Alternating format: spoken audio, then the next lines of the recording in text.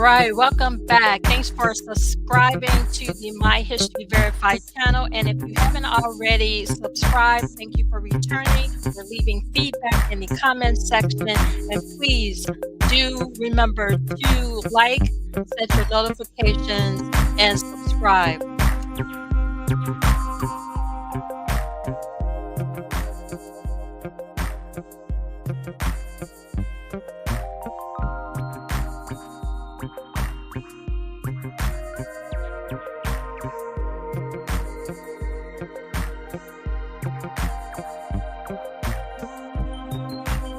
This is Lenore, your quirky ASF Hood genealogist, and please say it with me. I don't need permission to study my ancestry or the history of this world.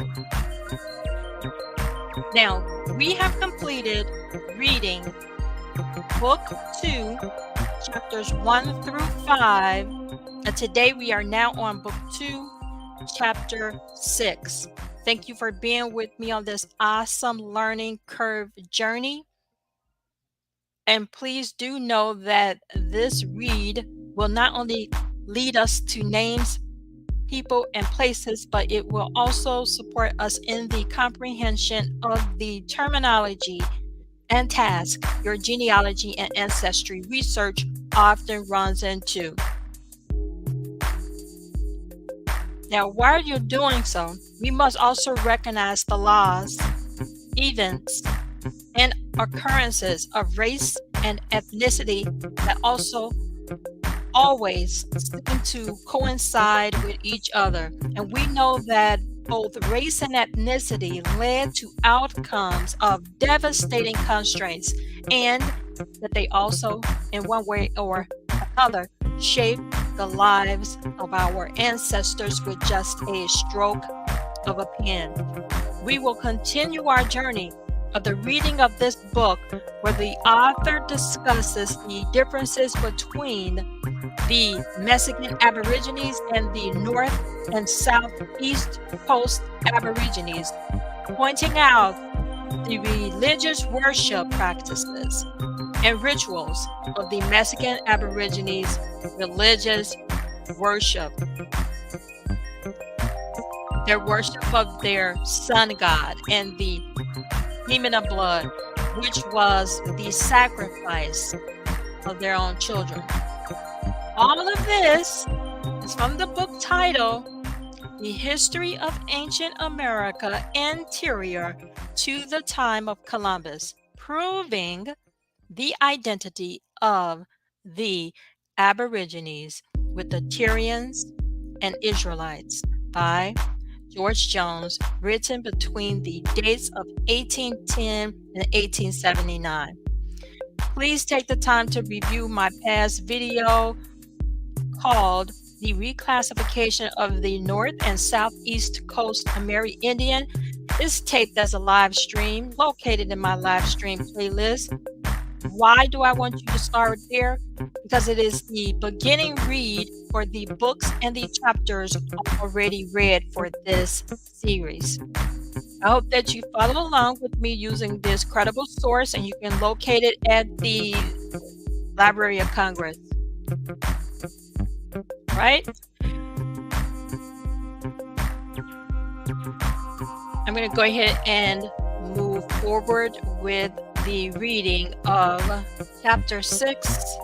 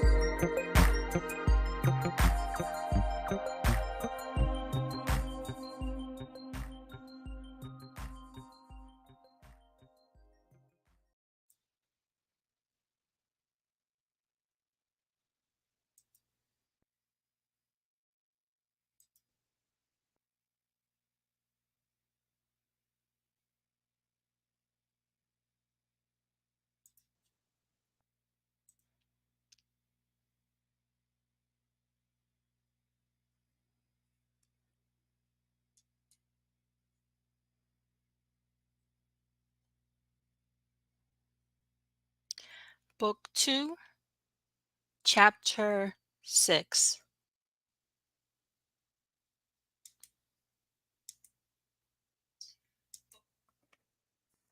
All right, 609 through 606 BC, King Ithobalus the first, in other words, Ethbal, the first circumnavigation of the continent of Africa by the Tyrians, scientifically investigated and established. Section 1. The cause of the Egypto-Tyrian expedition, Herodotus reviewed the course of the "east wind." The subject now to be considered is of peculiar interest in reference to the history of early science, and more so from the fact that doubts have been entertained by some historians as to whether this celebrated voyage was accomplished or even attempted. These doubts have arisen from the silence of some of the early Roman writers upon the subject, and subsequent authors have thereupon rejected the supposed expedition.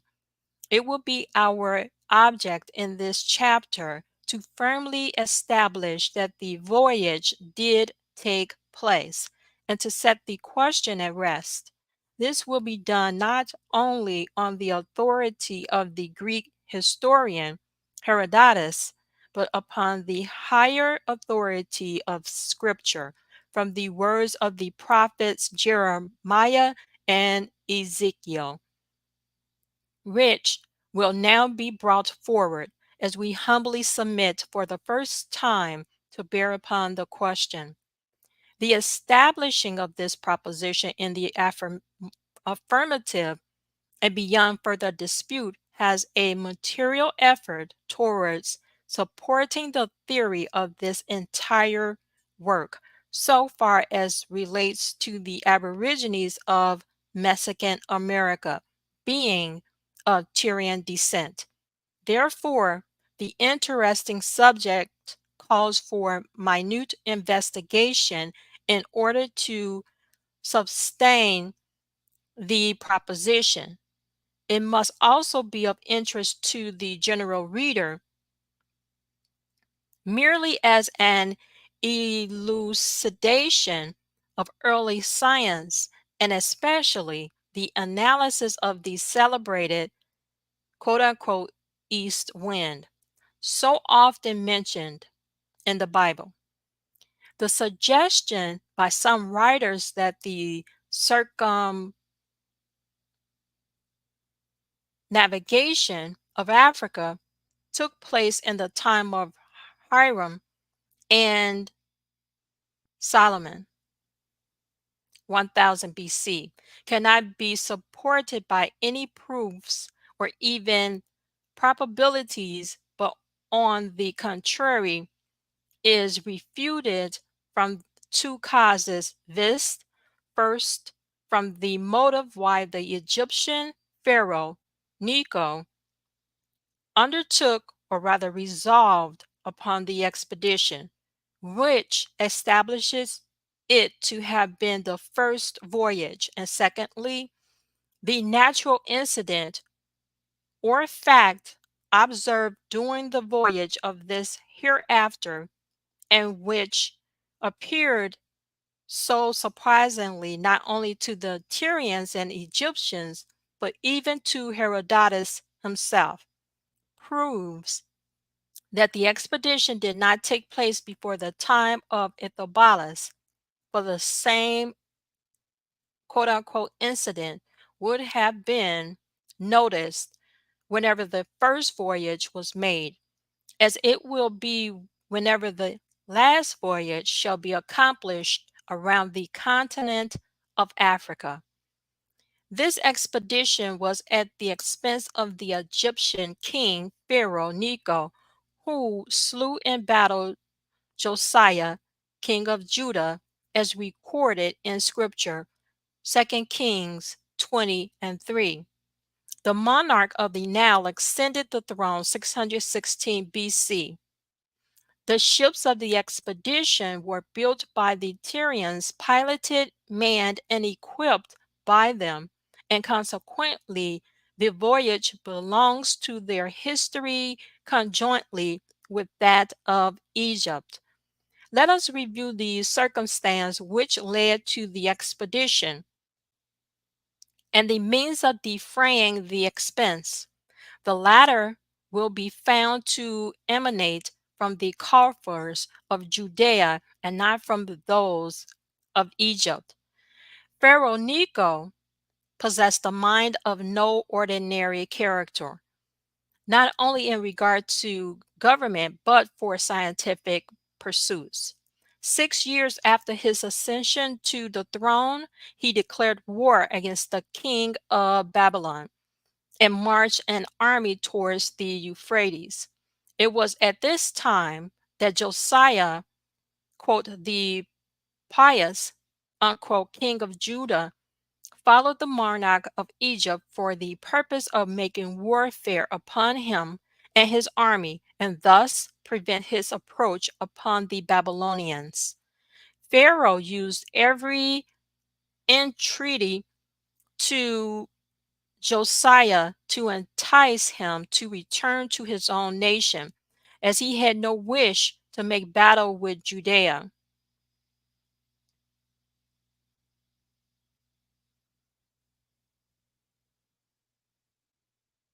but rather desired the amity of that country. Josiah, however, still followed on the rear of the Egyptian army when Pharaoh suddenly turned upon the Judean force before the approach of the army of Babylon. The two enemies met in the plain of Mesgido. Josiah was mortally wounded, carried from the field in his chariot, and shortly after died at Jerusalem. His son Jehoahaz succeeded him, but reigned only 3 months, when he was dethroned by the indignant Pharaoh, and Josiah's eldest son crowned by orders of the Egyptian, and Judea placed under an annual tribute, quote, of an 100 talents of silver and a talent of gold, unquote. In other words, 41,425. This event occurred 610 BC, and returning victorious to Egypt, Pharaoh probably contemplated how he might best employ the Judean tribute and make it available in the paths of peace. From relative circumstances, we are led to reason that such were his thoughts, for we now find that he resolved to attempt the joining of the Red Sea with the Mediterranean or with the river Nile by means of a ship canal between either of the two waters. Egypt would then receive merchandise direct from India, passing through the Straits of Bab el Mandeb and so through the Red Sea and the Gulf of Suez, and by means of the proposed canal to some harbor or commercial emporium to be erected on the banks of the Nile, at the fork of the delta, or at one of the mouths of the river on the Mediterranean. This policy of a commercial connection between the Nile and Suez, and so to India, is again revived at the present day after a lapse of nearly 2,500 years. At this time, 610 BC, Egypt had no commerce of her own and had always despised the merchant's pursuit. She had no navy or vessels of her own, except her river boats, yet she was willing to receive from other nations the rich commodities derivable from their commercial energy, and in exchange for her corn and linen cloths. Consequently, the Egyptians were merchants at the very time they affected to despise the means whereby merchandise was acquired. To the fact of the Egyptians really despising and rejecting navigation may be attributed the land wonders of the Nile, the pyramids and temples, for not being engaged upon the ocean or the Mediterranean in any manner, and to leave the river Nile for other waters was esteemed a sacrilege. A sacrilege. They of a necessity could turn their attention only to the grandeur of the earth, naturally or artificially. In other words, to agriculture or the arts. And they were content to leave the domain of Neptune to those who are willing to become the bold subjects of his treacherous empire. In the attempt to form a canal from the Red Sea, the king of Egypt completely failed, probably owing to the drifting sands, and it was this defeat in one path of science that led him instantly to pursue another in which he would not have the same difficulties of nature to contend with. And in this resolve, he was actuated by the safety of his reputation, for the new idea had precisely the same object in view as that in which he had no correction, in which he had so signally failed. This to bring the riches of India and the Nile together by means of water communication. The only way whereby this could be accomplished was by a circumnavigation of the continent of Africa. There seems to be truth upon the entire subject of this voyage from the fact, as already expressed, that the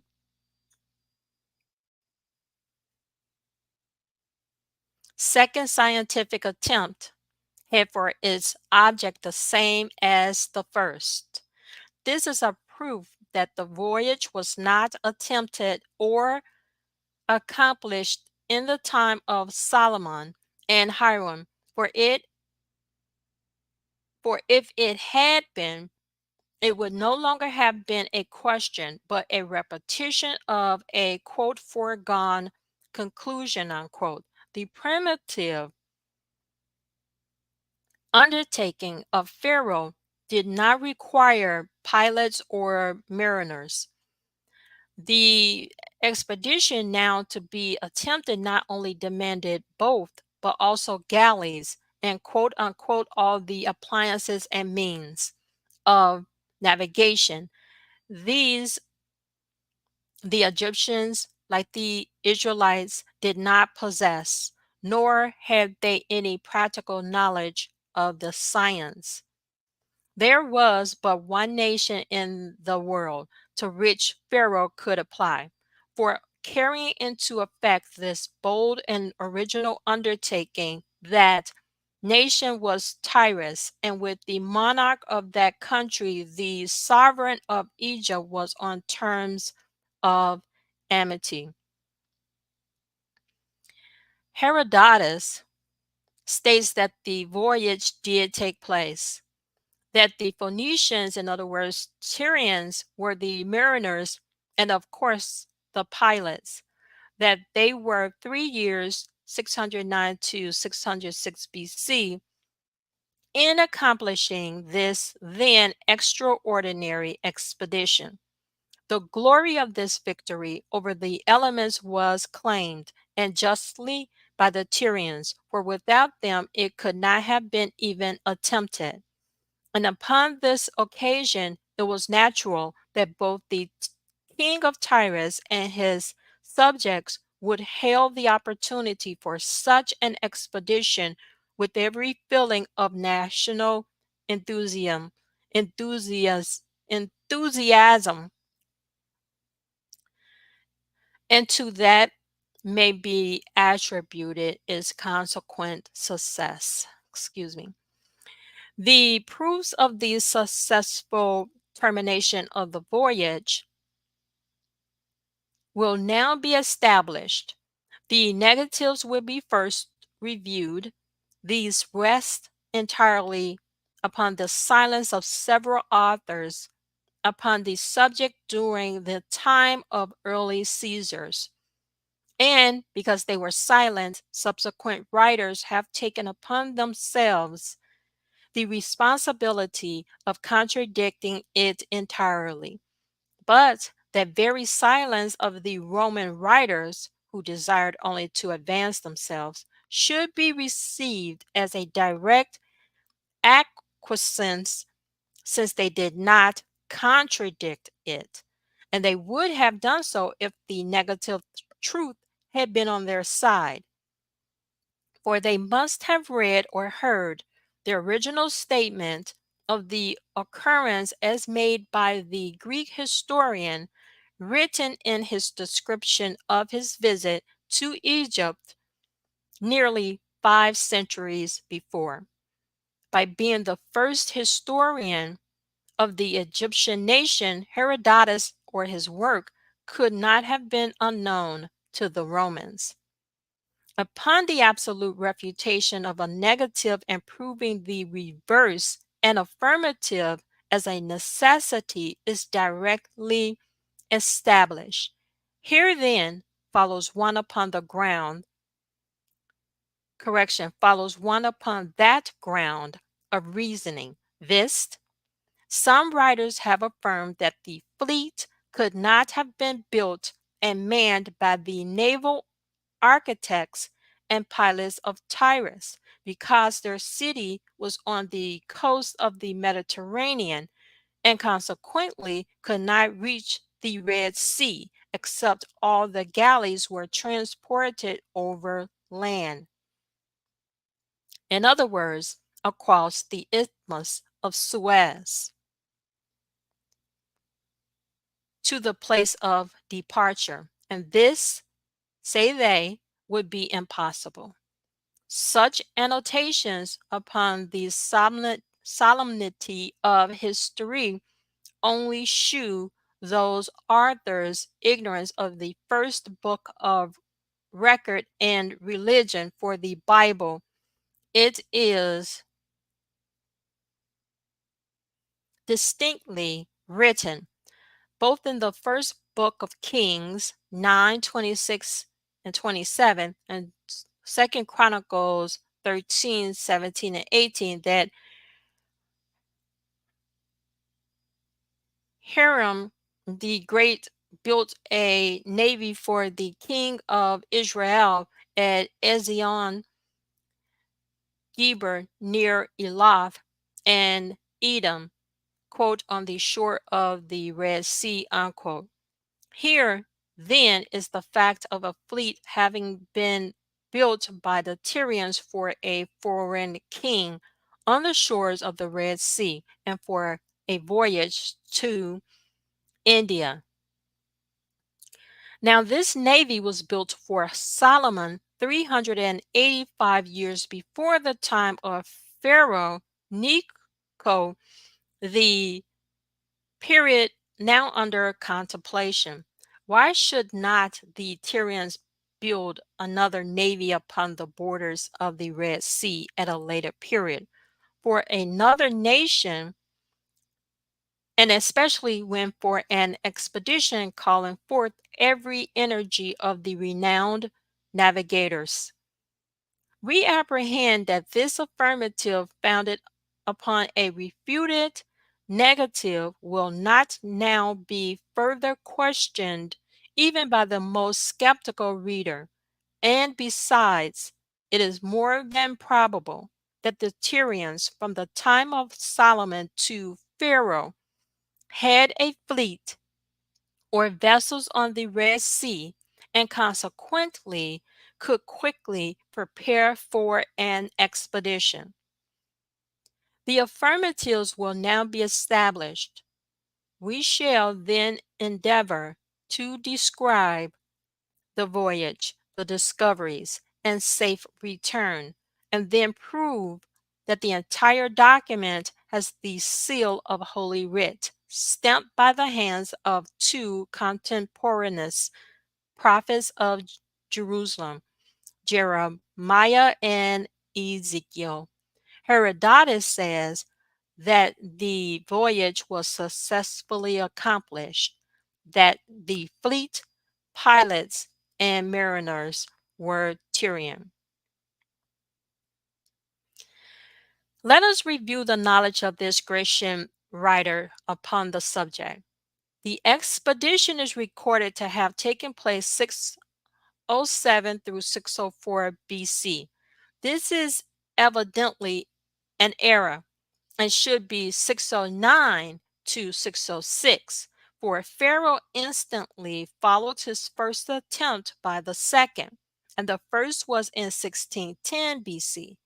This last arrangement is also supported by the words of Jeremiah.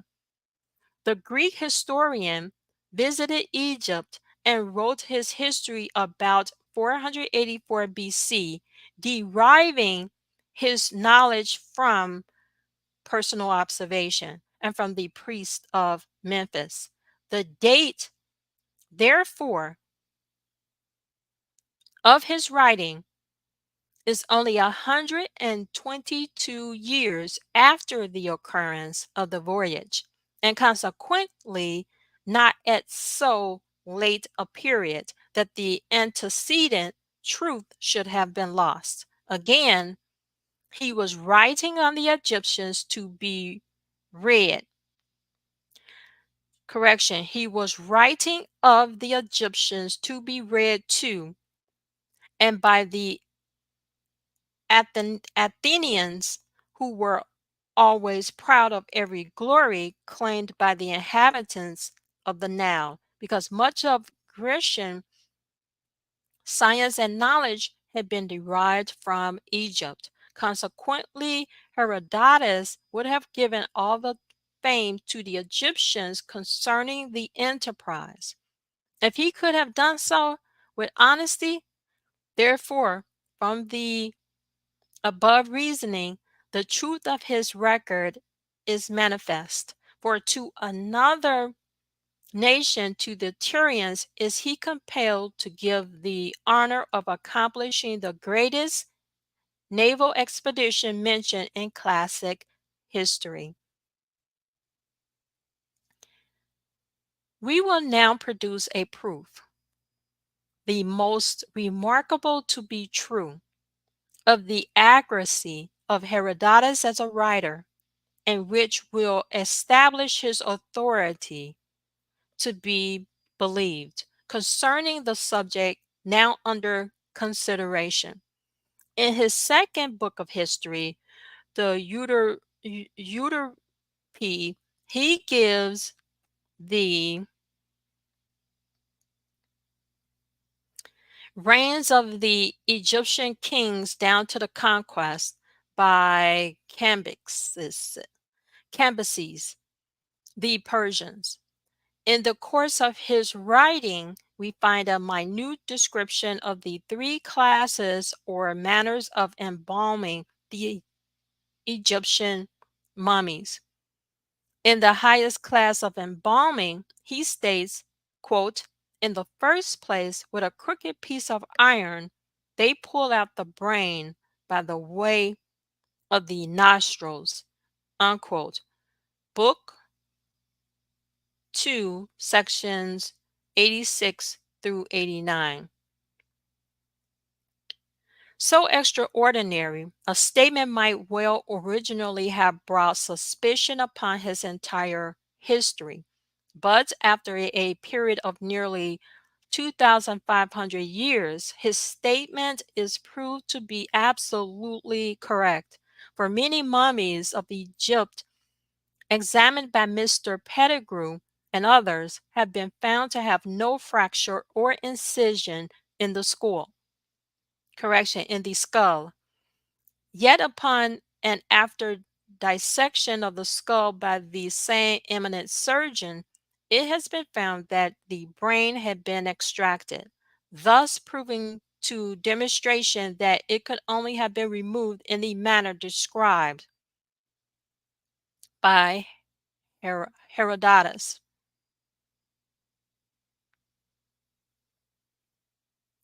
When therefore the pages of an historian are establishing by scrutinizing time itself to have been traced by the pen of truth, and in such minute, he may well be believed when recording so important an event as the first circumnavigation of the African continent. We may here observe, although in digression, that from the accuracy of the description of embalming by Herodotus and its late and absolute proof, not a doubt can now be entertained as to the truth of the unheard of crime practiced by the Egyptian embalmers upon the female bodies, and which led, he writes, to a custom or law that the wives of the nobility and the beautiful or celebrated women should not be even prepared for embalming until the third or fourth day after decease. Here then is the secret why the mummy bodies of the men of the first class are in better preservation than the bodies of the same class of the other sex.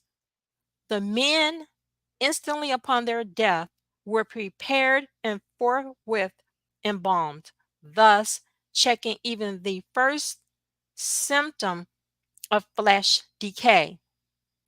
But with the superior or beautiful women, a delay took place of 3 or 4 days for the express purpose of preventing the crime, which could only be done by the commencement of decomposition, and which decay all the art of the embalmers could never restore to that state when death first made the fleshy walls his chosen habitation. Another and a conclusive proof of the truth of Herodotus in regard to this voyage will be given at the conclusion of this chapter. This expedition was repeated upon the authority of Pliny by the, that may be Pliny, of Pliny by the Egyptians themselves nearly 500 years after the first expedition by the Tyrians. This second undertaking was piloted by Eudoxus at the command and expense of Ptolemy Lathyrus, the Greco-Egyptians had, during his reign, BC 116, become a powerful commercial nation.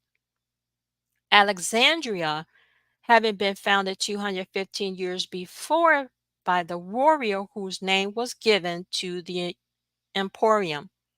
The voyage by Eudoxus seems to have been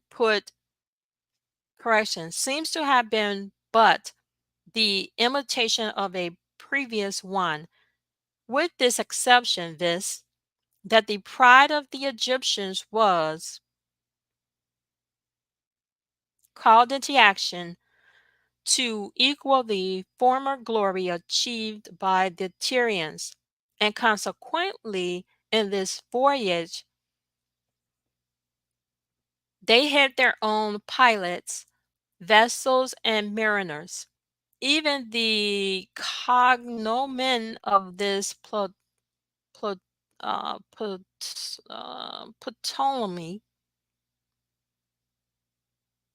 Ptolemy, viz. Lathyrus, by simply omitting the letter H or pronouncing it hard as in time, a herb.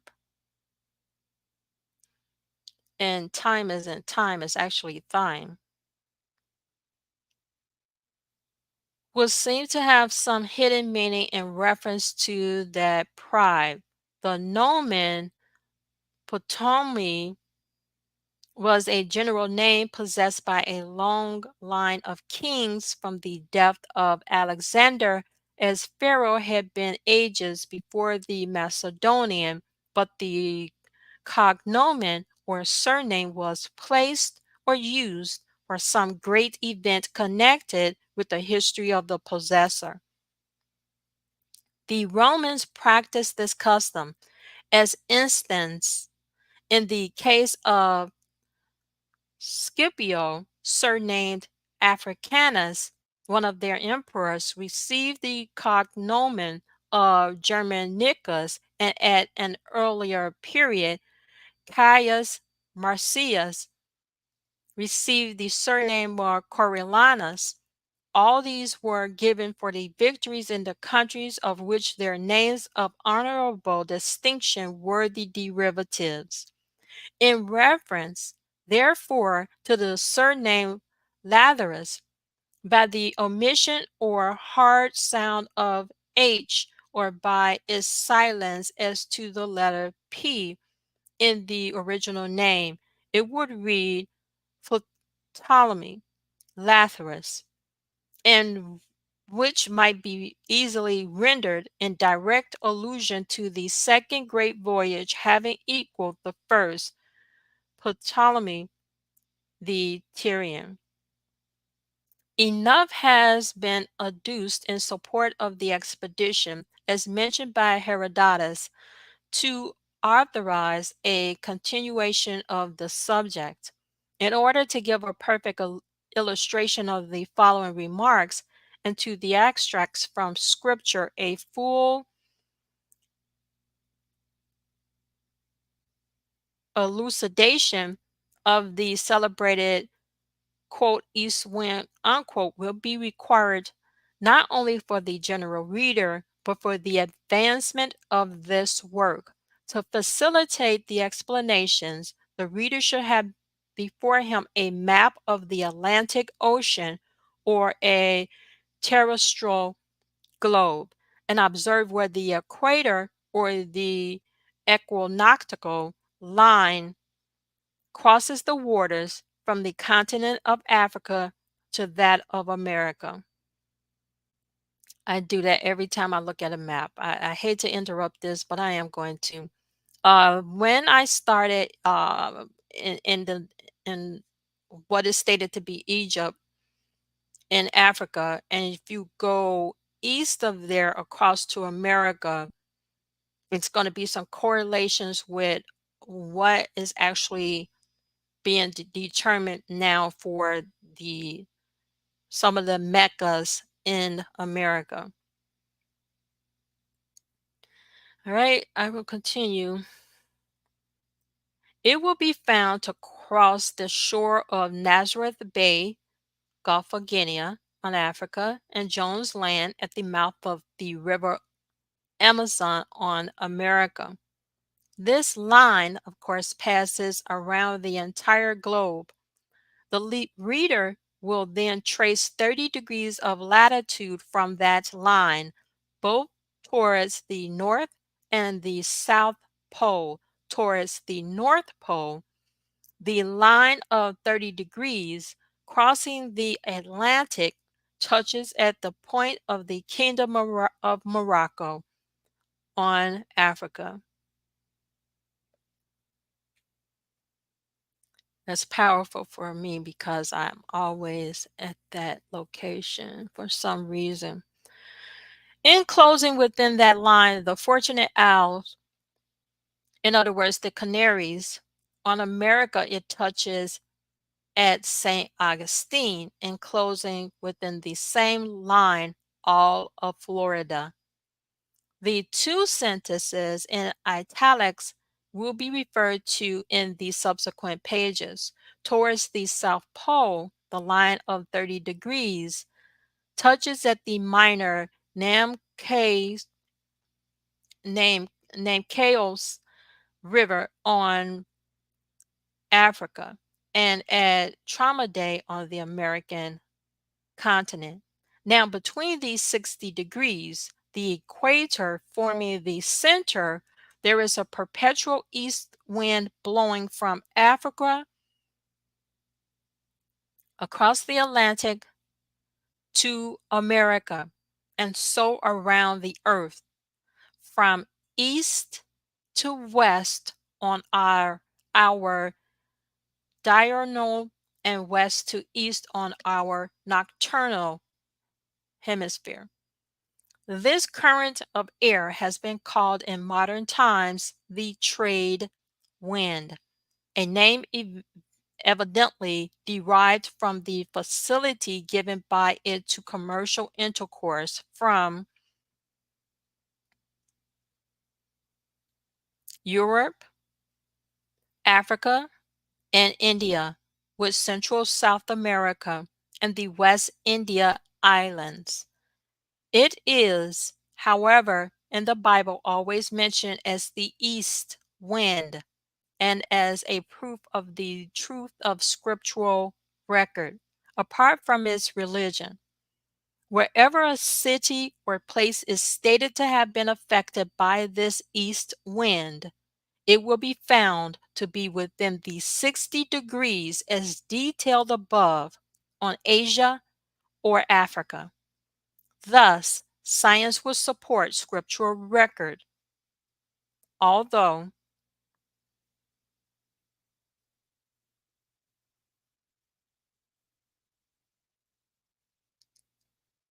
some writers have hazarded the contrary assertion. This ancient phenomenon, which is now explained by science, must have been encountered by the Tyrians during this celebrated voyage and is alluded to by the prophet Ezekiel, as will be shown in proof that this expedition was accomplished. The reader will remember that this perpetual east wind blows from the Africa to the American continent. Any vessel, therefore, going to the western hemisphere within the degrees specified, with its sails set square before the wind and its rudder secured on its center, the ship would then reach America. Tempest exerted, without a single seaman or pilot to man or steer the vessel, and as a consequence, therefore, any ship from America to Europe or Africa or from India have doubled the Cape of Good Hope and coasting along the western coast of Africa and being within the 60 degrees would meet that east wind and would have to encounter what is technically called, quote, a head wind, unquote, and consequently be in great danger of being, quote, broken in the midst of the seas, unquote, and there foundering, and especially in crossing in the line of the equator, for directly over that line is the sun nearest to the globe, varying, of course, according to the seasonal changes. This constant current of air, this borean mercury capped and heeled with rings of light, passes from Africa over the broad Atlantic, crossing the continent of America and the great Pacific. He pursues his faithful flight over the vast lands of China, Australia, and Hindustan, is borne across the waters of the Indian Ocean, the Sea of Oman, and the Gulf of Persia, the sands of Arabia, and the wall-divided Sea of Israel, avoiding Europe and the Mediterranean. He reaches his fiery and cradled home on Africa's burning deserts, but no cessation is here given to his perpetual course. His energies are but renewed, and on he speeds. His quote royal progress unquote commenced at creation's birth and must continue until nature ceases. The glorious sun, his mighty parent, light itself, his swift speeding herald, the breeze, gale, storm, and hurricane, his children and attendants, the golden eyes of heaven with their princely north star, the witnesses of his constancy, earth and ocean, his grand and gorgeous kingdoms, the central line of the entire globe, and for 2,000 miles on either side, his broad and majestic pathway. Man, his only opponent, his only conqueror, science, the imagined mind of that God who in the Eden of the universe planted the underlying trees of knowledge and of life.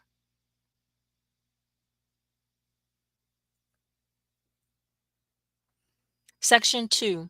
A scientific analysis of the quote east wind unquote and of the means for accomplishing the voyage. A scientific analysis of the cause of this perpetual easterly wind may be acceptable to the general reader. It is also required by the subject matter of this volume, for the Tyrians had no knowledge of the cause. They but experienced the effects, and this upon two occasions, once in opposing its power and another time in receiving its friendly aid. Columbus received the same during his voyage, which was accomplished entirely by this east wind. It not only rafted him,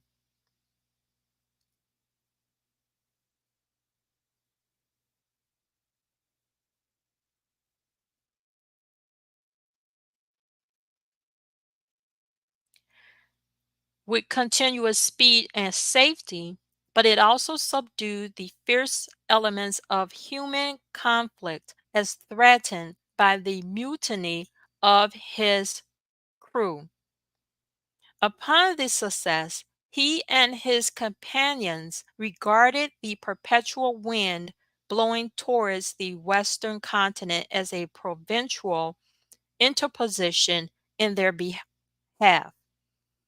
Such was the superstition only 4 centuries and a half ago, but Columbus merely followed a track, and also from the Canary Isle, which had been plowed by Tyrian galleys 18 centuries before, and rafted by the same ceaseless wind. He reached an island in a direct westerly line with the land or point of quote Florida unquote first quote touched unquote by his Phoenician predecessors. This, we believe, in the subsequent volumes will be firmly established, but to the analysis of this Orient gale ever blowing towards the Occident. We will first suppose, for illustration, that the Earth should suddenly cease its diurnal revolution and become absolutely stationary.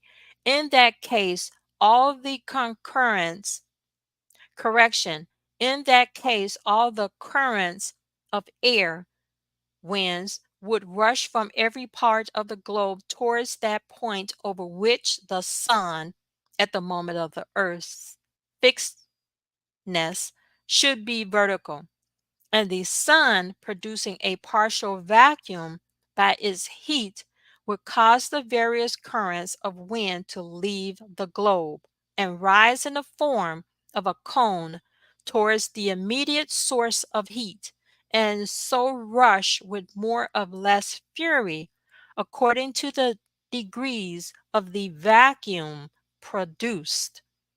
Now, from this contemplation of the action of air upon the earth being stationary, simply view the globe in its revolving condition according to its eternal law. Our diurnal hemisphere, ever turning from west to east, producing the natural fact that every spot of earth in the same latitude holds nearly the same locality in infinite space once in every 24 hours. The sun, for this second illustration, will be viewed as stationary and is nearest to the earth at the line farthest and most central from the north and south poles. In other words, at the equator. The currents of air as a necessity pass from east to west, the reverse of the earth's action.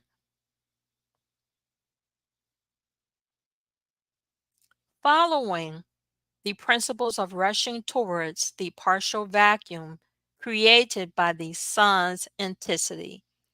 As the sun is farther from the poles than from the line of the equator, so the east wind diminishes in ratio force towards the poles, for the cold airs are attracted from them, and increases in the same degree of ratio in approaching the line from whence the north and south latitudes are measured.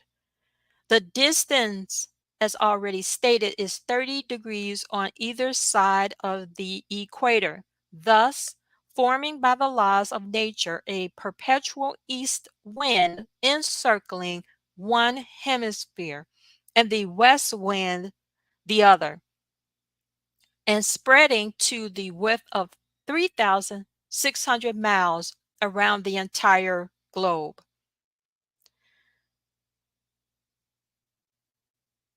This fact enables us to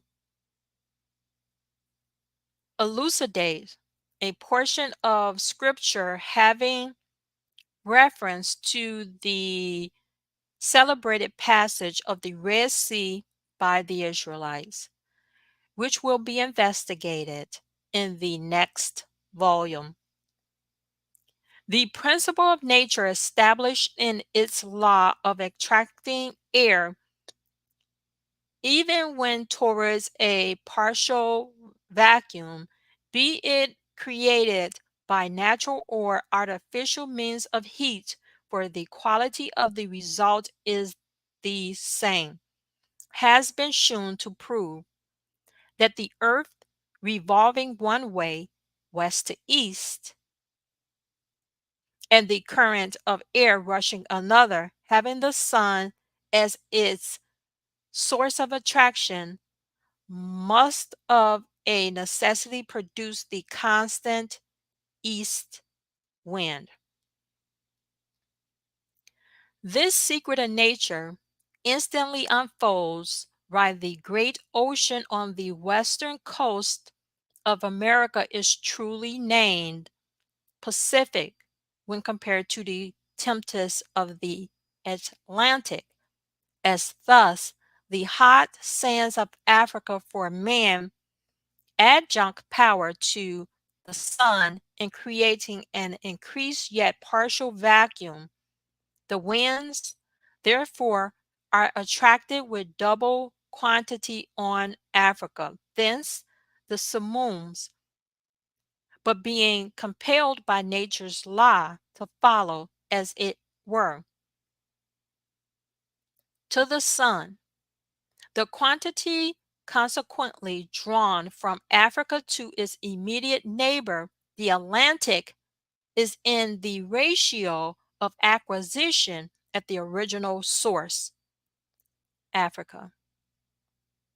But when on the Atlantic, the waters not possessing these sand heat, and thence losing the concentration, disperse the mass of storm winds, and they pass over the Atlantic, gradually losing their force as they are removed from Africa, and then crossing over the American continent, having no longer the hot sands to regenerate the increased volume.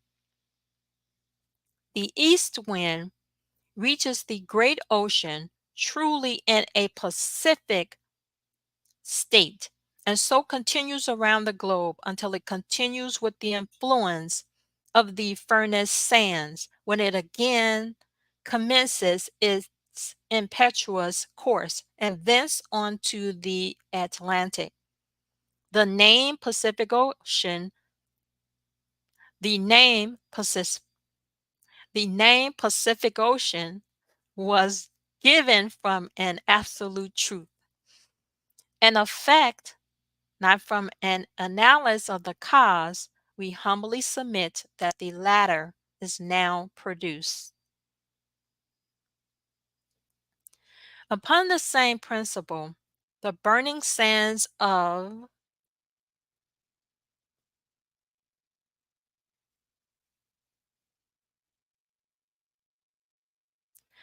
Arabia, which are endurable during the day, owing to the excessive heat contained, possess at night the cool and reviving air. It does not so much pass over the desert in the absence of the sun, as it is actually drawn down vertically upon the sands like an avalanche. For the cold air of the upper region, upon feeling the effects and attraction of the substratum of heat, must follow the established principle, as also the greater weight of the cold air follows the law of gravitation. Pursuing this reasoning upon effect from cause, and without which we cannot advance in wisdom, the following singular result must not only be apparent, but actually would be obtained, viz., a cloud surcharged with rain, and at a low distance from the earth, and on a calm day could be compelled to restore its stolen treasure without waiting for its own period of honesty. This could be done by artificial means, yet the living cause would be that of nature and her laws, viz., by heat. As thus, if beneath that rain cloud should be erected combustible matter covering a large extent, and upon being ignited, the gathered heat should reach that cloud. As a necessity, the heavier cloud correction, the heavier cold air within and around that mass of vapor would descend towards the partial vacuum occasioned by the heat with more or less speed according to the intensity, and thence discharge the accumulated particles of rain upon the flame. This is more than likely how weather is controlled today.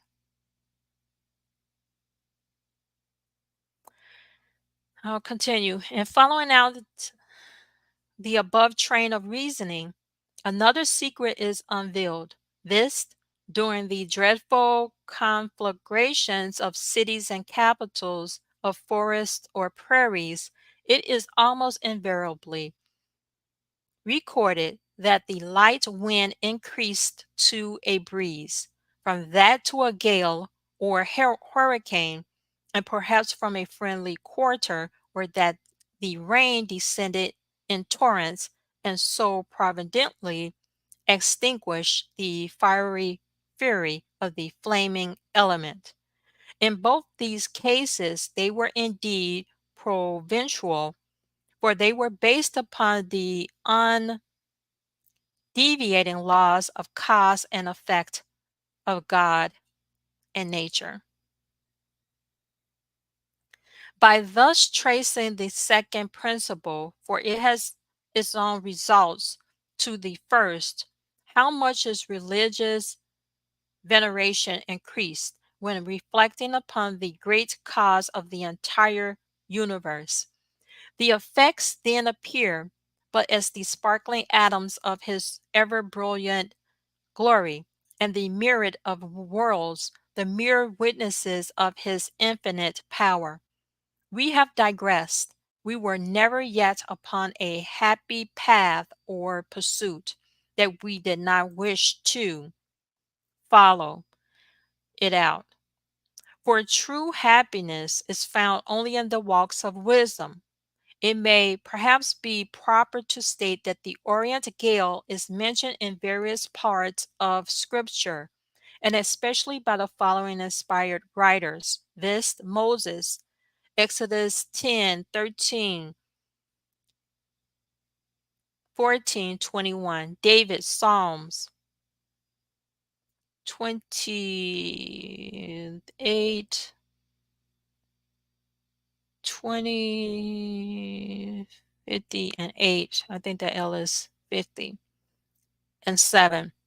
Hosea 13:15, Jeremiah 18:17, 18 and 17, and by Ezekiel 17:10, and then there is 10 and 9, 19 and 12, 28 and 26.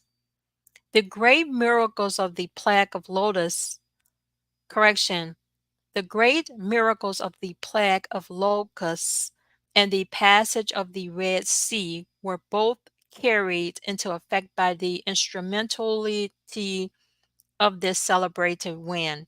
Quote, and Moses stretched forth his rod over the land of Egypt, and the Lord brought an east wind upon the land all that day and all that night. And when it was morning, the east wind brought the locusts. Unquote. Quote, and Moses stretched out his hand over the sea, and the Lord caused the sea to go back by a strong east wind all that night, and made the sea dry land, and the waters were divided. I think he's trying to correlate. This is at the point that the Israelites were able to leave Africa and go over to the Americas. And they did so by the wind and also stopping the waters and dividing the waters. I think this is what he's trying to correlate to. Wow. Let me continue. Kind of drawn to tears at this moment. Quote, thou breakest the ships of Tarshish with an east wind, unquote. Quote, thou he be fruitful among his brethren, an east wind shall come. The wind of the Lord shall come up from the wilderness, and his spring shall become dry, and his fountain shall be dried up. He shall spoil the treasure of all pleasant vessels, unquote. Quote, I will scatter them as with an east wind before the enemy. I will shew the back and not the face in the day of their calamity. A sail and a few oars.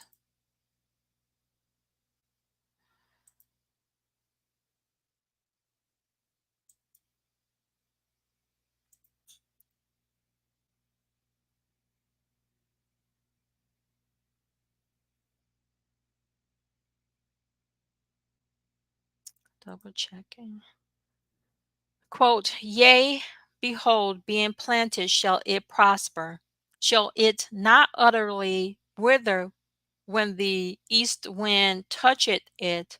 It shall wither in the furrows where it grew. Unquote. Quote, but she was plucked up in fury. She was cast down to the ground, and the east wind dried up her fruit. Her strong rods were broken and withered. The fire consumed them. Unquote. Another quotation from Ezekiel is reserved for the next section to illustrate the expedition. In the book of Jonah, the very cause of the east wind, in other words, heat, is given by the prophet Nineveh, not given as an explanation, but as an attended fact. After 2,700 years, science gives the former by an application of the fact, and thus establishes another proof of the truth of scriptural record. Quote, and it came to pass, when the sun did arise, that God prepared a vehement east wind, and the sun beat upon the head of Jonah, that he fainted, and wished in himself to die, and said, It is better for me to die than to live. 4 and 8. Presuming that this branch of our subject has been sufficiently explained, a slight review of the Tyrian vessels will be required for the purpose of ascertaining whether they were of sufficient size and strength to endure this voyage around the continent of Africa, and at a later period to cross the Atlantic Ocean. One examination will answer for both questions. The Tyrians had two species of large vessels. The earliest were the Galli, so called from being nearly round and used for coasting purposes between Tyrus and the neighboring ports. This species of galley had a sail and a few oars. The superior vessels for long voyages were galleys of a much larger class and oblong in shape. They had one, two, or three banks of oars, in addition to one or two very large square sails. The rows of oarsmen, hence the name of rowers to this time, although the mode of working has passed away, were so placed on their banks or seats as to be all seen by the officer of the deck, for the center of the galley was opened down nearly to the ballast. They all kept time and moved together by watching the action of the officer at the stern of the vessel, having the command of the rowers, or by singing. Hence, we apprehend arose the marine name merchants, in other words, singers of the sea. For the name is first applied in Scripture to the Tyrians.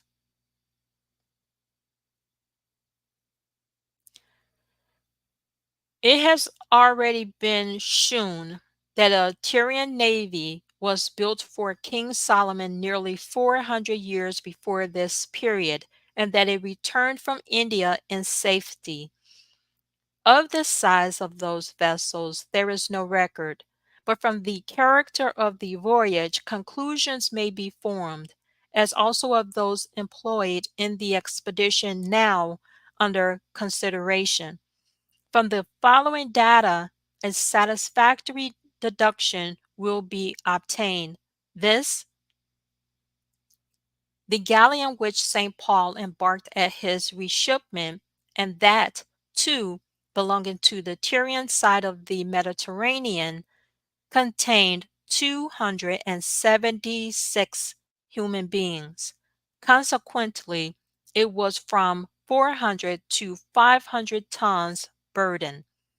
Quote, and we were in all in the ship 200 threescore and 16 souls. Unquote. Acts 27 and 37.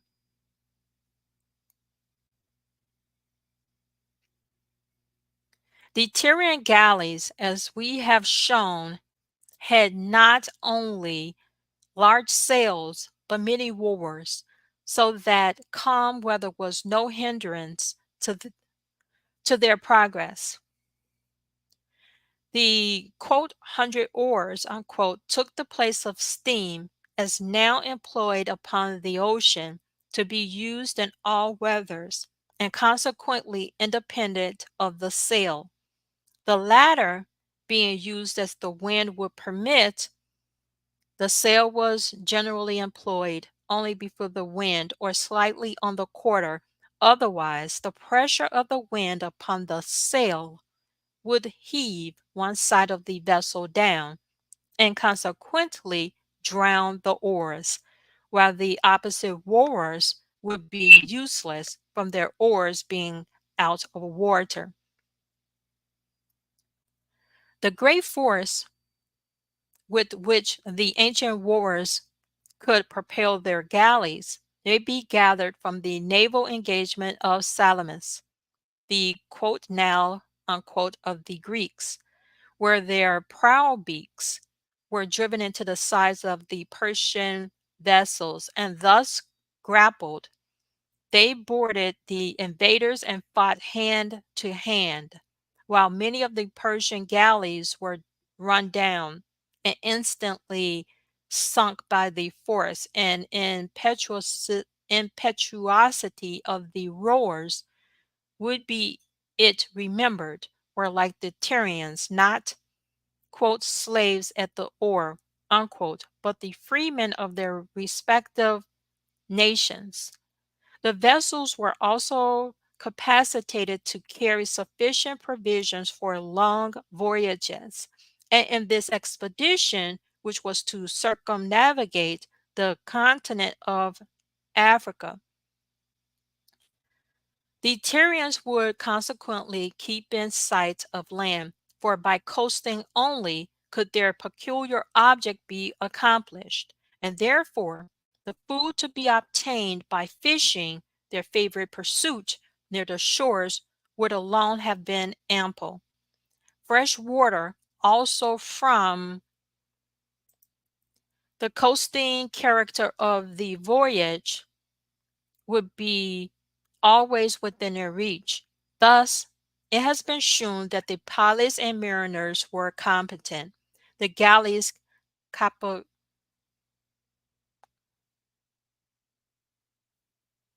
cap- cap- capacious, capacious, strong, and swift, and provisions and water abundant. The king of Egypt had wished for the expedition.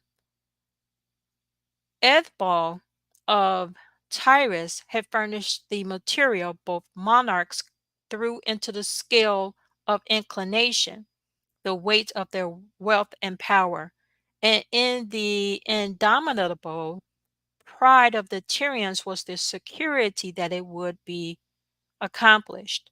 Herodotus states that it was successful. His assertion is not denied by any historian, and from what has been quoted in regard to his accuracy, it cannot be impeached. We shall now proceed to a description of the voyage and the production of additional proofs. The supposed track of the expedition and the discoveries, and for convenience of reference, modern terms will be generally employed. Section 3, the expedition.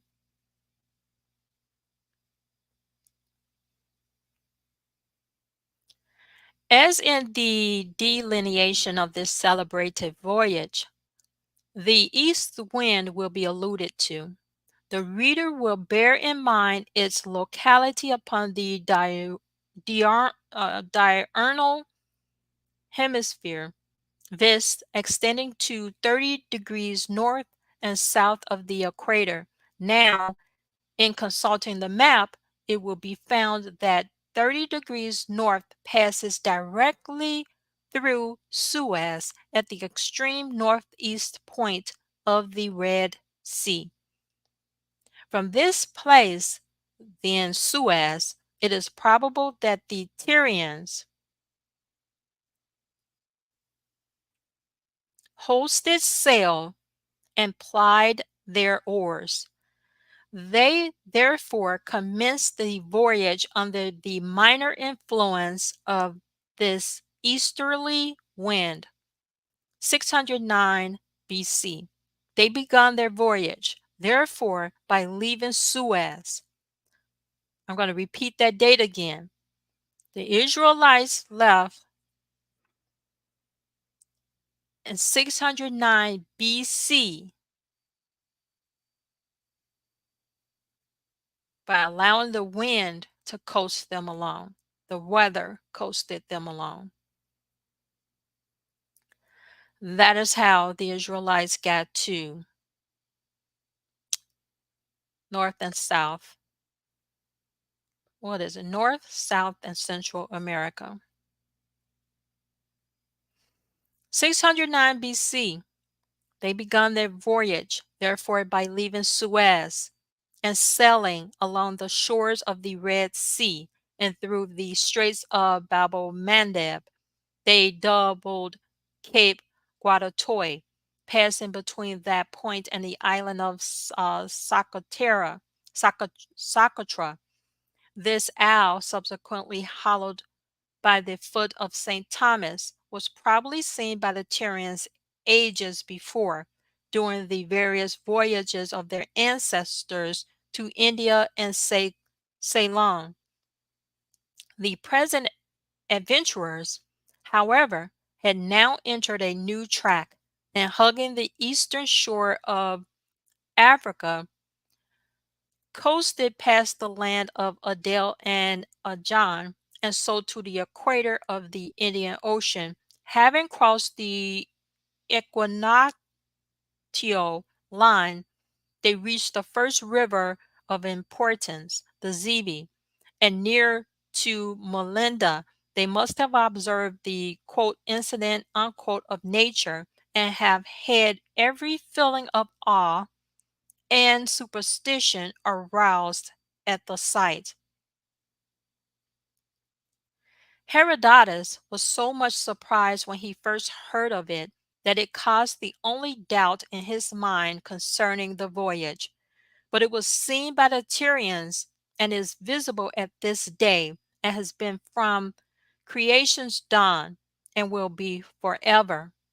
This will be explained as we proceed.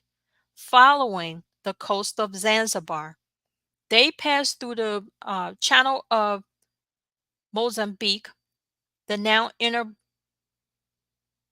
passage to India from America and Europe. Leaving the island of Madagascar on the left, they reached Port Natal. At this point is the termination of 30 degrees south latitude on the Indian Ocean, having sailed in all from Suez, 60 degrees of latitude. Now, during this part of the expedition, the east wind had blown them towards the land, and so favored their enterprise, which was commenced for the purpose of coasting the African continent, and consequently they will use every endeavor to keep the land in sight to Port Natal. Nature had befriended them. Continuing on 10 degrees of southern latitude, they reached the Cape of Good Hope. Here the constant wind, which had accompanied them as a friendly convoy from Suez to Natal, now deserted them, and the fierce currents of air rushed as enemies from every quarter to oppose their future progress. And terribly indeed must have been the passing of that stormy cape to mariners for the first time. They had no previous report of the dangers, but had to meet the foe, as it were, in ambush. They had no North Star or compass to guide them. Their astral beacons upon the Mediterranean had been the Ursa constellations, but even those, perhaps, were now obscured by their locality or by the rising and gathering storm clouds. 608 BC. Having doubled the Cape of Good Hope, probably at the end of the first year, and sailing northward along the western coast of Africa 10 degrees towards the equator, brought them to the minor river of Namchaos. Name Chaos. At this point is the 30 degrees of south latitude on the Atlantic Ocean and the commencement of the east wind blowing from Africa and with much greater force than from the Indian Ocean towards Africa. And for the reason previously stated, this that both the sun and the hot sands of the desert join their united powers in producing the fierce air currents, and consequently this strong wind thus blowing from Africa has a direct tendency to drift vessels from the coasting of the shores into the broad Atlantic. And in the present case of the Tyrians, they will have to struggle continually against the power of this east wind to keep in sight of land. It was accomplished only by the skill and strength of the rowers, and this was especially required when they reached the equator at the Gulf of Guinea. For here, without doubt, they encountered the terrific effects of the equinoctial hurricanes. All their skill and courage were now demanded. Their rowers had reached the broad and raging waters of untracked seas. Here their fleet may have sundered, and many a galley have been dismasted or, quote, broken, unquote, and so foundered. We believe that this was the case at this point of their voyage, for in the words of the prophet Ezekiel, who, as will be proved, was speaking of this expedition by the Tyrians and of the peculiar wind causing these disasters, not spoken as a prophecy, but as a cause accomplishing the disasters. Wow. Quote, thy rowers have brought the Tyrus into great waters. The east wind hath broken thee in the midst of the seas. Unquote. If at this point, correction, if at this period they had had sails only, they would have been cast abroad upon the Atlantic Ocean and so have been driven to America. But without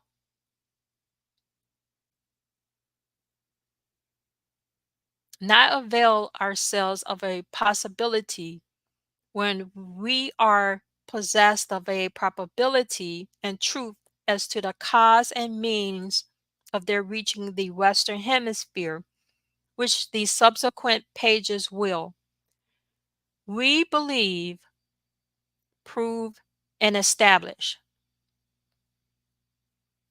In this voyage, their object was apparent, and upon losing mast and sails, still the power of the rowers would accomplish that object, viz., of coasting the African shores and consequently prevent the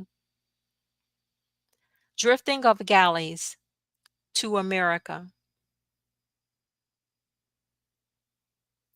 Their determination was to reach that home where their king and countrymen were waiting with open arms to receive the adventurous, quote, spirits of the vasty deep, unquote, Egypt. Also was waiting to give her welcome and to announce the victory of science. We are anxious to destroy even any apparent possibility, however remote, of their reaching the Western Hemisphere during this voyage. We desire this history to rest upon the most lasting basis of strong and apparent truth and probability.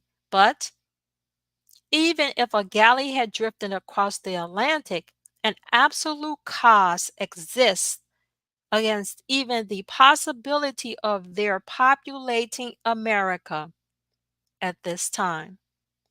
Of this hereafter, if the ingenious reader has not already guessed the reason. Having escaped from the hurricanes of the equator and having, quote, crossed the line, unquote, the, to them, phenomenon of nature again appeared, but in a different aspect, exciting again their fears and alarm, yet mingled with recovering joy, for it appeared the same as when they, at Tyrus, gazed upon the rising sun and knelt in prayer to the Apollo of their ancestors. We will not anticipate this, quote, phenomenon, unquote, although the ingenuity of the reader, ingenuity of the reader may, we retain it for our final proof that this expedition was accomplished. Having passed the equator, they followed the gold and ivory coast, doubled the Capes Palmas and Verde, passing between the latter and the island of the same name, doubled Capes Blanco and Barbas, and having reached nearly 30 degrees of north latitude, they must have seen with some astonishment a snow-crowned peak rising like a sparkling pharos of the ocean. They could not, within the scope of probability, have passed between it and the continent and not have seen it, as they must have been several days in reaching the base of so elevated a land beacon, and having witnessed so conspicuous an object they would not pass without landing. The ocean and silver crested giant attracting the attention of the Tyrians was the now renowned peak Tenerife upon the island of the name and forming the principal of a group of 13, now called the Canaries, but now in ancient geography as the Fortunate Isle. They are all within the 30 degrees of north latitude. This is where the Israelites left after the seas were parted. They made it to the Canary Islands. They are all within the 30 degrees of north latitude and consequently within the influence of the east wind. This fact is of importance and will again be brought forward We mention this to impress the fact upon the mind of the reader. The Tyrians, in all probability, landed at Tenerife, quote, replenished, unquote, refitted, and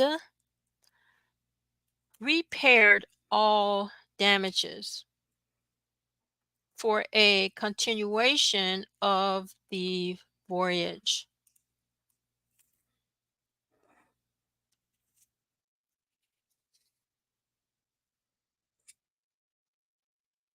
And it's a correction on the name that Teneriffe is pronounced Tenerife, not Tenerife.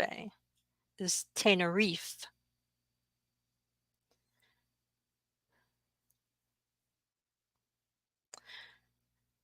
They are all within the 30 degrees of north latitude and consequently within the influence of the east wind. This fact is of importance and will again be brought forward.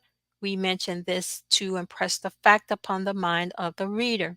The Tyrians, in all probability, landed at Tenerife, quote, replenished, unquote, refitted, and repaired all damages for a continuation of the voyage. Of its remaining distance, as yet they could have no intelligence. They were, however, within 10 degrees of the Herculean gates of that sea, which their fellow countrymen claimed to be their own.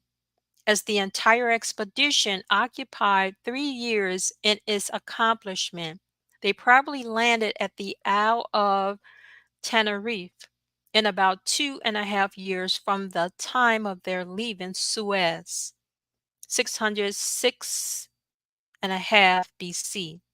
It appears certain that none of the Tyrians will leave the galleys for the purpose of becoming the aborigines of the island at this time, for they knew not of the future dangers of the voyage. Therefore, quote, all hands, unquote, were required. Again, the peculiar character of the expedition would not permit it, and having been so long from their native land, together with the pride of receiving the national applause attended upon their nautical triumph, would be against any supposition that the Tyrians would remain from choice or as exiles and outcasts. This slight review of the apparent impossibility of any of the voyagers remaining upon the islands after the departure of the galleys is required in order to establish in the future pages when the Phoenicians did land and dwell there, and so account for the ancient mummies found at this day in the rocky caverns or of Tenerife, and of which allusion and comparisons have been made in investigating the Tyrian and Mexican analogies. Volume 1, Book 1, Chapter 7 and 4. We considered it established, therefore, that no settled residence would take place at any period of this expedition, and apart from all other reasons, there is one that would render it absolutely impossible. This, they had not with them that lovely portion of nature, without which life itself is but a desert isle or a desolation, this woman. This fact also produced an incontrovertible argument against even the possibility, as before hinted, that the foundations of the aboriginal family were laid in ancient America during any period of this expedition. This part of the argument must appear to every reader as irrefragable. The custom of not permitting the wives to accompany the mariners, and especially on a voyage of discovery, is practiced even at this day. This arises not only from physical reasons, but from mental causes. For in the hour of storm or wreck, the courage of the mariner would be divided from his duty, remembering that his affections were in danger, and in contemplating the proverbial solicitude and devotion of woman for the safety of her husband or her child, he would be compelled to turn from the general rescue to aid her resolution and selfishly, though naturally, confront danger for themselves alone. By thus proving the impossibility of ancient America having been founded during this expedition, and for the above reason, we bring down upon ourselves the responsibility of proving that when the Western continent was first reached, women were the associates of the voyage. We bring this proposition forward for the purpose of proving to the reader that it is not intended to establish this romance of time, in other words, truth, upon idle or visionary grounds. The group of islands now left by the Tyrians were of a character from their locality and natural produce, and especially that one possessing the snow-crowned peak, not to be forgotten by the voyagers in relating, quote, the dangers they had passed, unquote.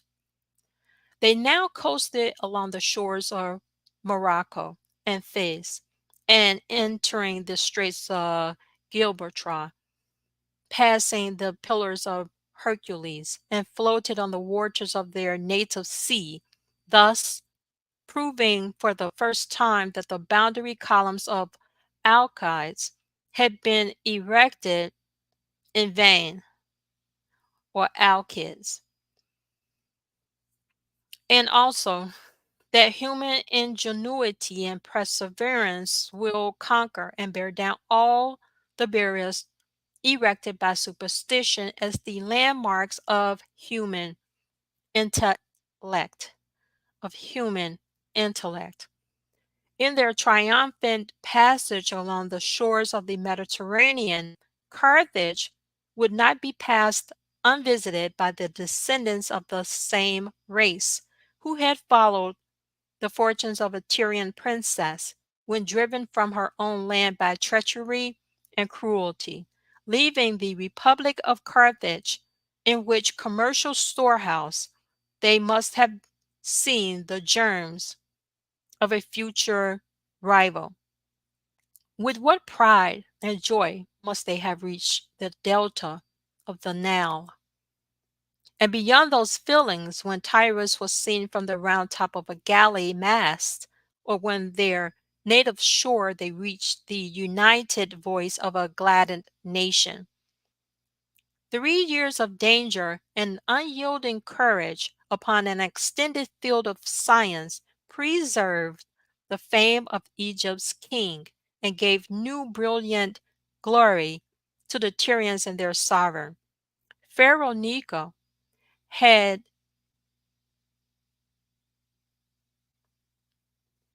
achieved his wish by the circumnavigation of the continent of which Egypt was the capital. And this being the only object of the Egyptian, all discoveries of islands as forming no part of the ancient of the African continent would therefore be claimed by the Tyrians as their own.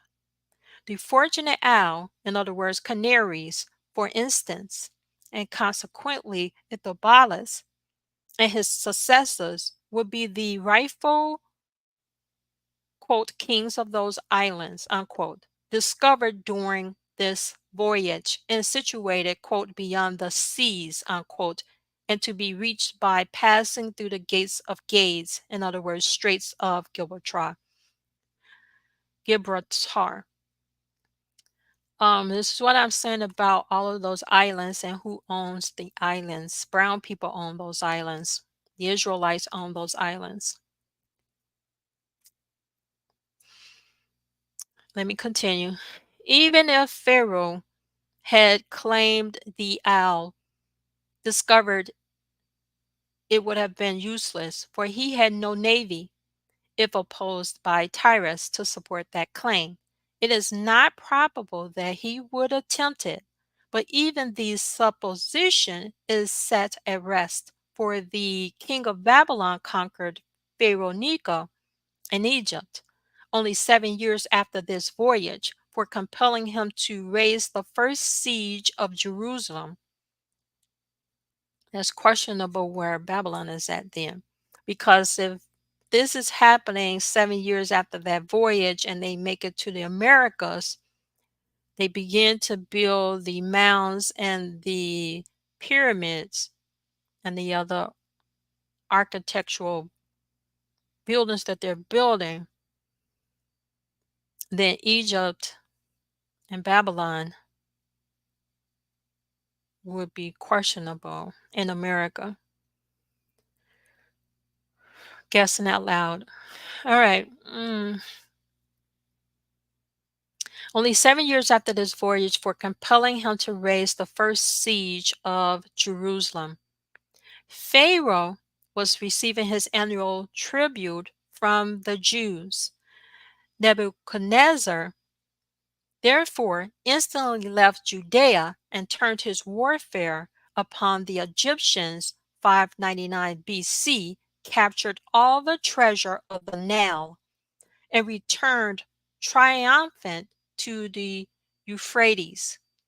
This section will be concluded by producing the authority of Scripture with the incident of nature to support the statement of Herodotus. And although the prophets will be quoted in this instance, prophecy itself has no bearing upon the subject.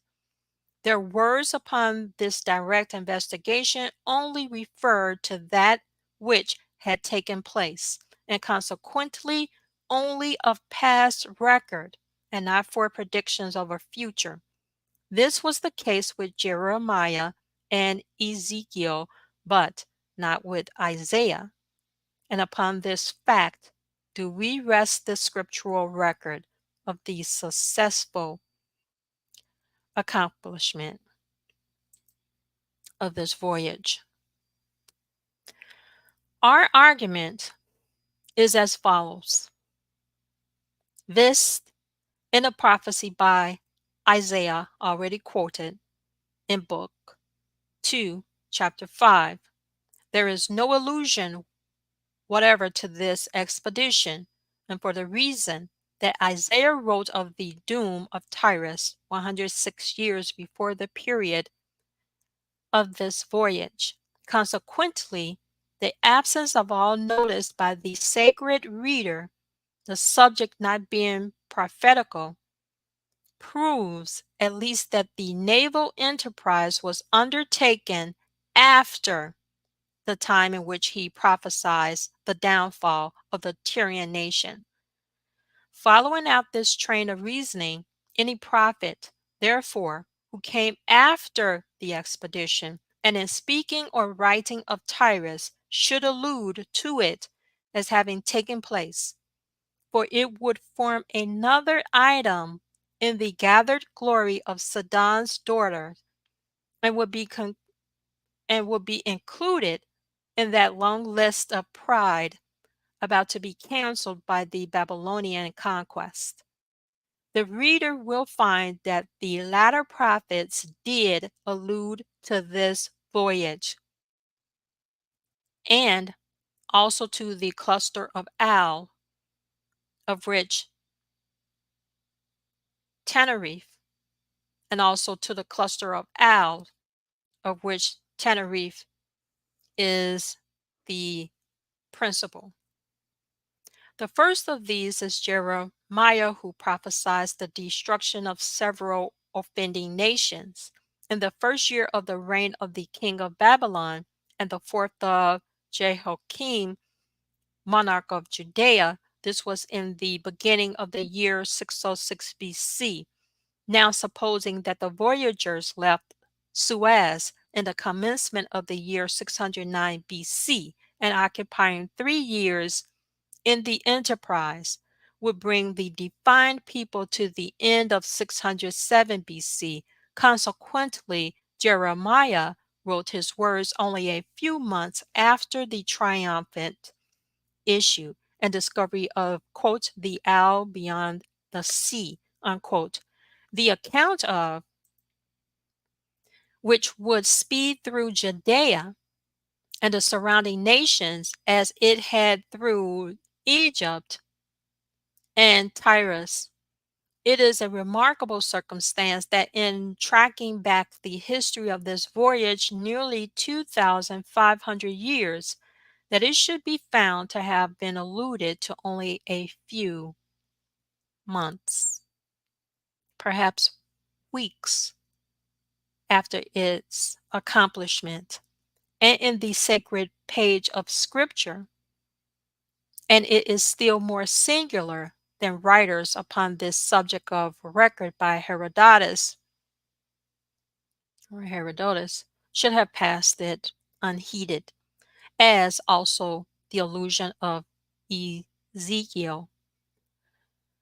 The prophecy by Jeremiah concerning Judea as well as Tyrus will be quoted in order to shew the character of the approaching destruction. The last lines containing the allusion mentioned having reference to the discovery of the fortunate isle. Quote, "For thus said the Lord God of Israel unto me, take the wine cup of this fury at my hand, and cause all the nations to whom I send thee to drink it, and they shall drink, and be moved, and be mad, because of the sword that I will send among them, to wit, Jerusalem and the cities of Judea, and the kings thereof, and the princes thereof, to make them a desolation, and astonishment, and hissing, and a curse, as it is at this day. And all the kings of Tyrus, and all the kings of Sidon, and the kings of the isle, which are beyond the sea." Quote, unquote. 25.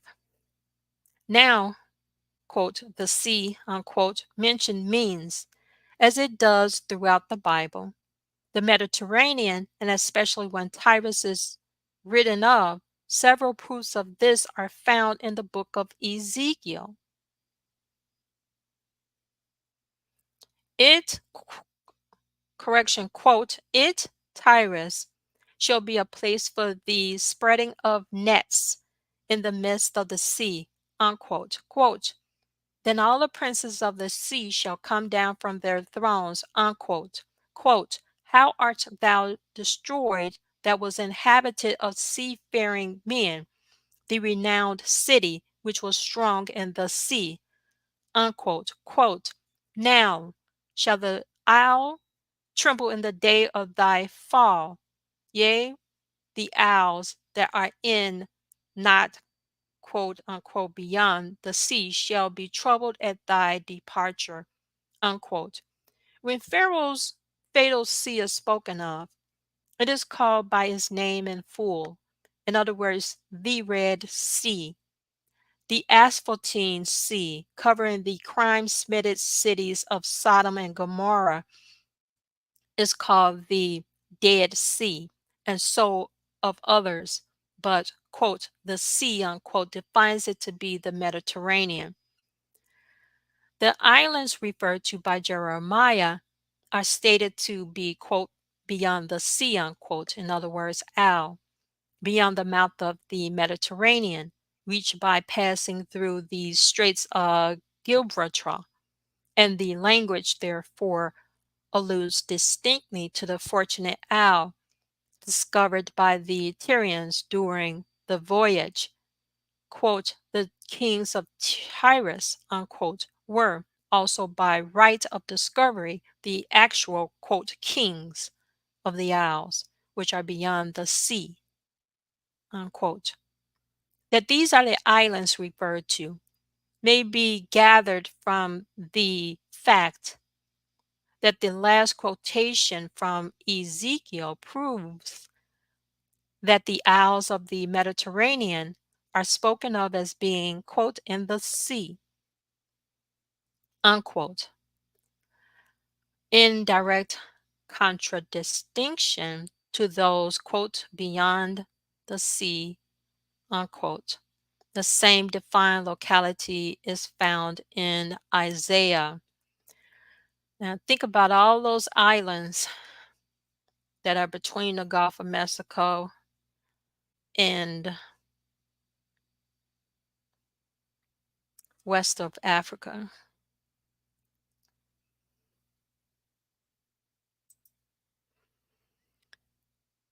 Quote, wherefore glory ye the Lord in the fires, Hebrew, quote, valleys, unquote, even the name of the Lord God of Israel in the isle of the sea, unquote, 24 and 15.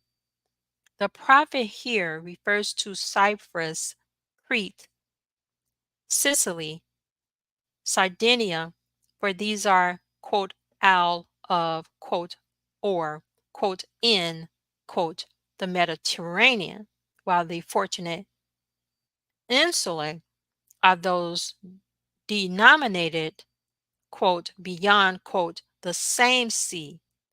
Britain and Hibernia were not yet discovered by the Tyrians.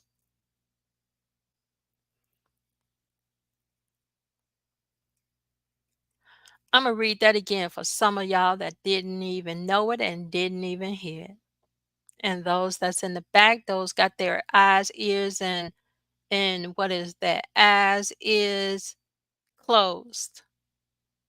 While the fortunate insulae are those denominated, quote, beyond, quote, the same sea.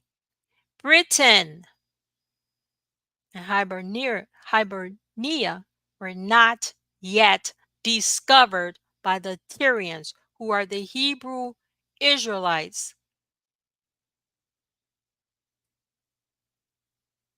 And the only islands at this time known to them, quote, beyond, unquote, the Mare Internum, were those discovered during this celebrated expedition.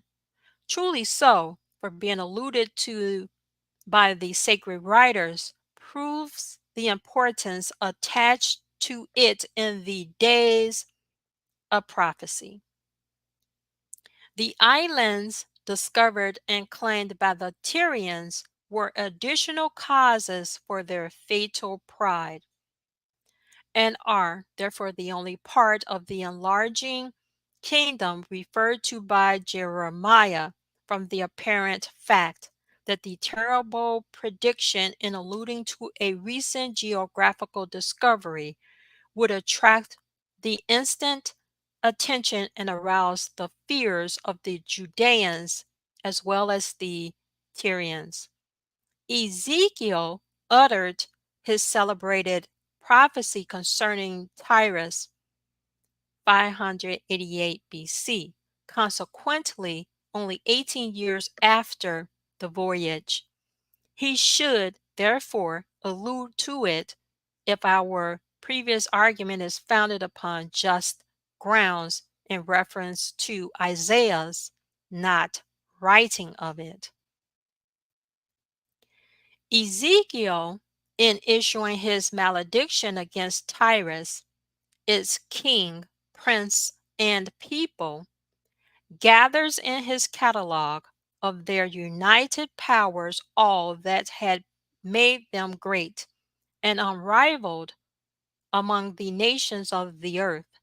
He commences by stating their knowledge of shipbuilding and navigation, then the various kingdoms receiving their commercial commodities, and the riches given in return, progressing in his description in apparent chronological order. For this singular act, correction, for this singular fact is arrived at this, that the last verse referring to the deeds of the Tyrians covers distinctly this very voyage, and which took place only 18 years before the prophecy, and was therefore probably probably their last great action before they were besieged and conquered by the king of Babylon, and which event was only 3 years after the prediction of Ezekiel, who, in alluding to the last effort for fame by the Tyrians and causing additional pride of heart, says, quote, "Thy roars have brought thee, Tyrus, into great waters." In other words, the Atlantic. "The east wind hath broken thee in the midst of the seas." Unquote. 27. The word, quote, "sea," unquote, in the singular number and without any prenomen as dead sea, and has already been shewn, and from the same writer, to have direct reference to the Mediterranean.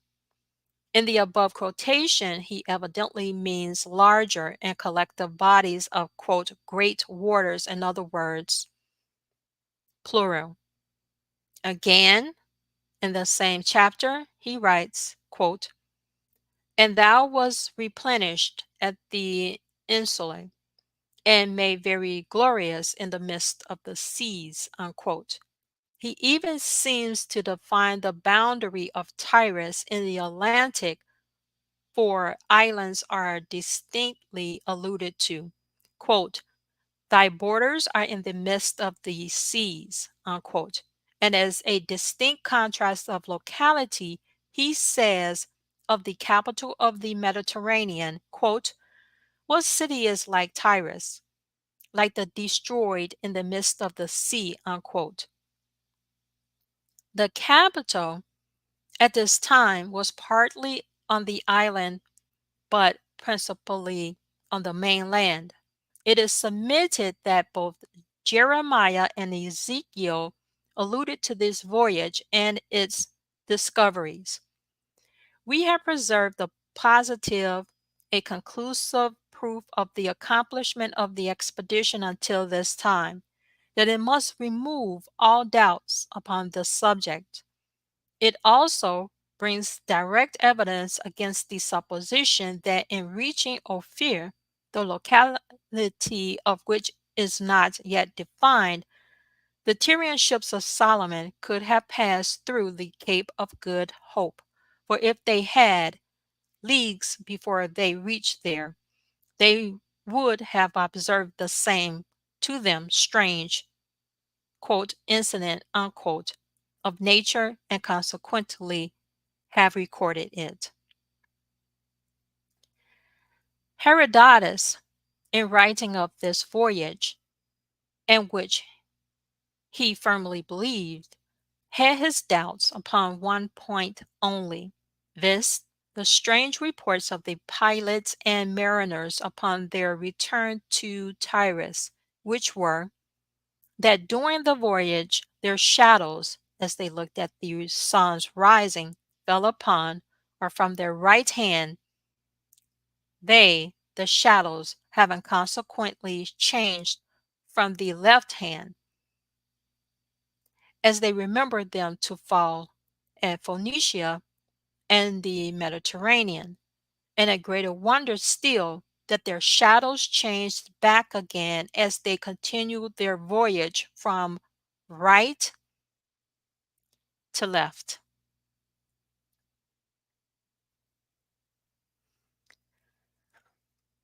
The Greek historian, and so they're referring to time. The Greek historian reviewed, actually, and not only time, the rotation of the sun and the earth. And the sun actually rotates right to left. And so that was their indication when they described the shadows and seeing them repeat again, right to left. The Greek historian reviewed this report with astonishment and disbelief, and without doubt, it was originally regarded and laughed at as a Marina's story by both Tyrians and Egyptians, for it was not likely in their theory of the solar system. This was before Pythagoras, and correction, that any of the ancients could be convinced that the sun would alter its course or nature so as to meet the result reported by the home returned mariners, but which was given by them as an attested fact. The ancients, 606 BC, believed that the earth was a globe because they believed that the sun daily traveled around it, but of the revolving character of the earth or its measurement, they had no conception. Even Herodotus, therefore, looked upon the shadow report as, quote, the baseless fabric of a vision, unquote. Upon the shadow report as, and regarded it not only with incredulity,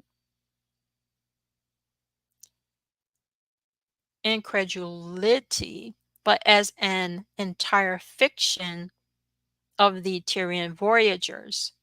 But modern science proves the absolute truth of the Tyrian report. Remember, these letters are written in the 1800s. This, their shadows changing from left to right, and this as a necessity was occasioned by their having crossed the line of the equator.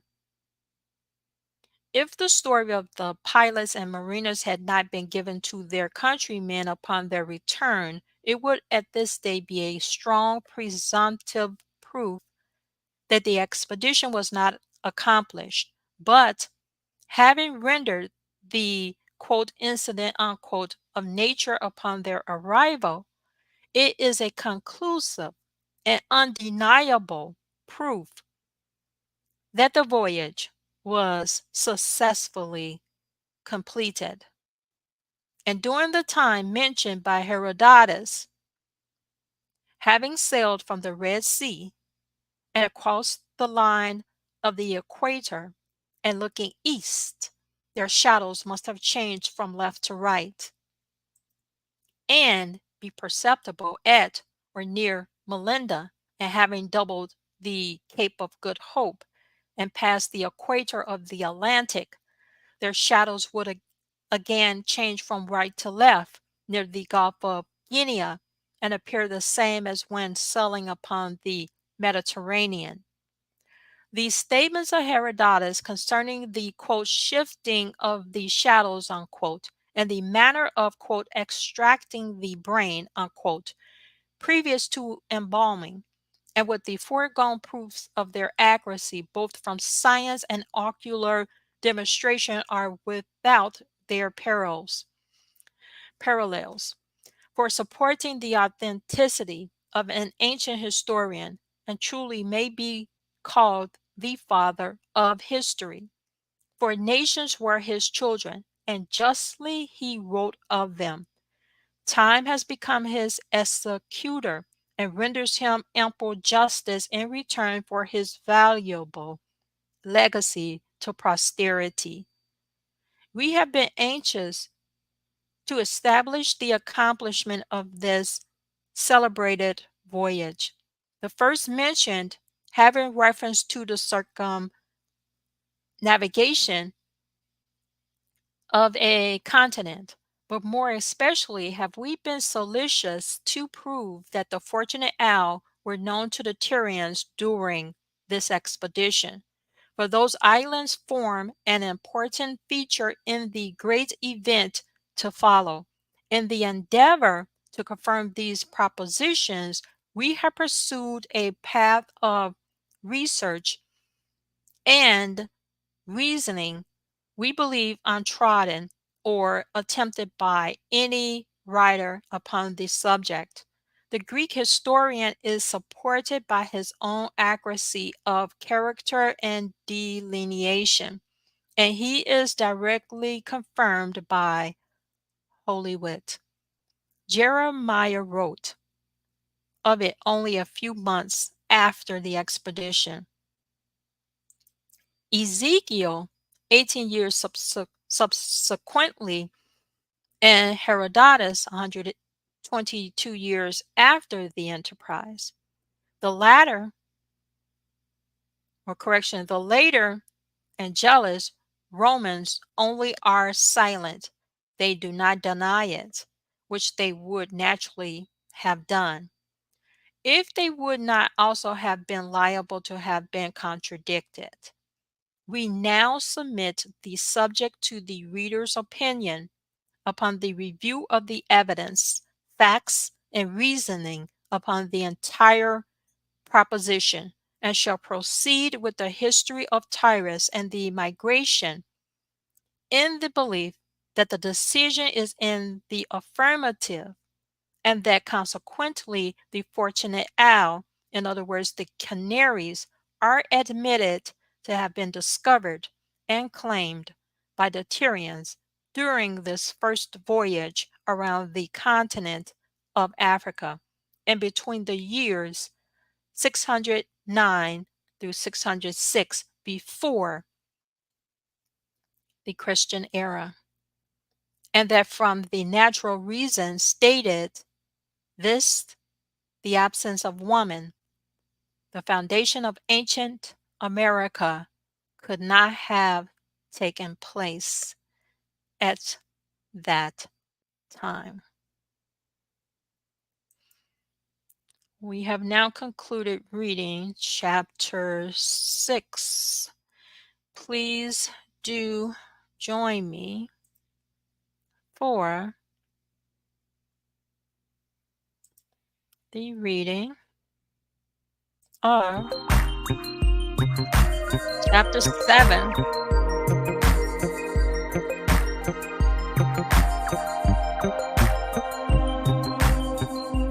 So please set your notifications for the remaining episodes of the reading of the history of ancient America anterior to the time of Columbus, proving, you know what he's trying to prove. That was the reading of book 2, chapter 6.